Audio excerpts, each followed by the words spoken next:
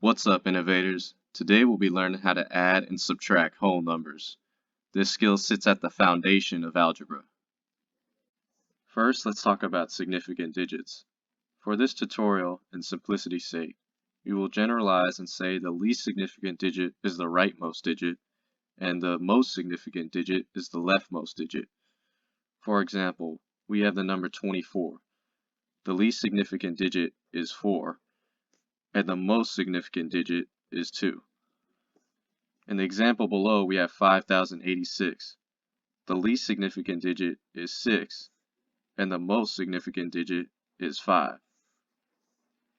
Digit significance defines which digits will have the greatest effect on the number when that digit is changed. For example, if we increment by 1 on the least significant digit in example 1, the number increases by 1, which would be 25. But say we have that same number, 24. If we move one digit over to higher significance and increment by 1, we have now increased the number by 10, giving 34. If we look at the second example, the same still holds true. Increasing or decreasing 6 will change the number by a factor of 1, changing 8 by a factor of 10, 0 by a factor of 100, and changing 5 will affect the number by a factor of 1,000. Now that we have a basic understanding about significant digits, let's start off with examples of addition. First, we have an easy example, 9 plus 5. Although I'm sure many of you already know the answer, this example will demonstrate the technique we will use for whole number addition in general. We start off by adding the column of least significant digits.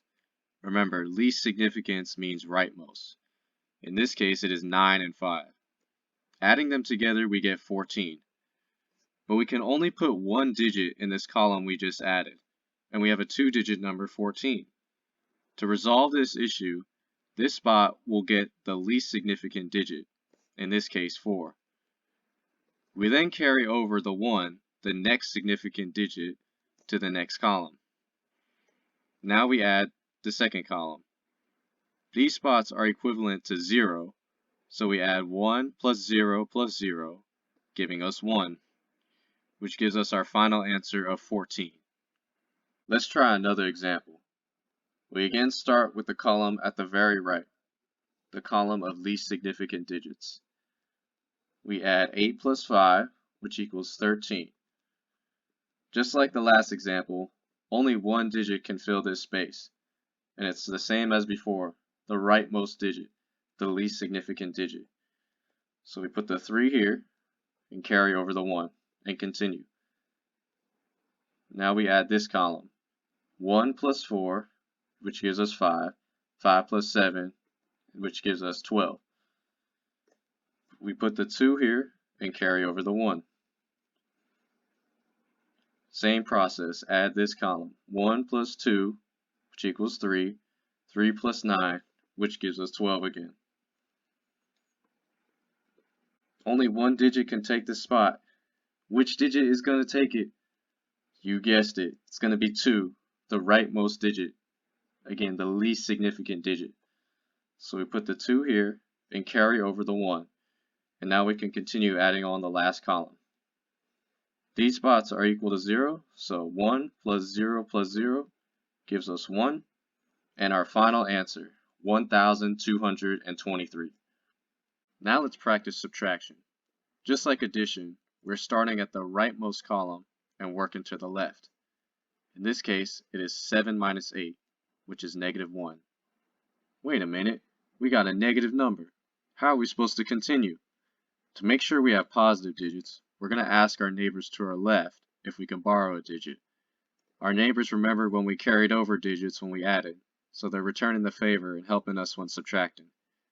In order to get this digit, we're going to subtract 1 from 3, which makes this 2, and we're going to carry over that 1 here. We now just turned 7 into 17 by receiving a digit of higher significance. We can now proceed with the operation. 17 minus 8 is 9, and it's a single digit, so we can move on. Now we can subtract this column, which is 2 minus 1, giving us 1, and giving us our final answer, 19. Let's step it up now and test our subtraction skills. Again, we start with the least significant digit. Where's that at? The rightmost digit. In this case, it is 3 minus 7, which is negative 4. Uh-oh, another negative number. We're going to have to borrow a digit from our leftmost neighbor. To do so, we subtract 1 from 5, which gives us 4, and we carry that 1 back to our current column to turn 3 into 13. Now we can subtract this column. 13 minus 7 equals 6, and we move to the left. 4 minus 8 equals negative 4, another negative number, so we go to our leftmost neighbor to borrow another digit. To do so, we subtract 1 from 5, which turns this into 4, and we move that 1 back to our current column, turning 4 into 14. Now we can subtract. 14 minus 8 equals 6, and now we move to the left. We're in the last column, which is 4 minus 3 equaling 1, and giving us our final answer, 166. That is it for today's lesson. How to add and subtract whole numbers featuring significant digits. Everything in algebra boils down to adding and subtracting.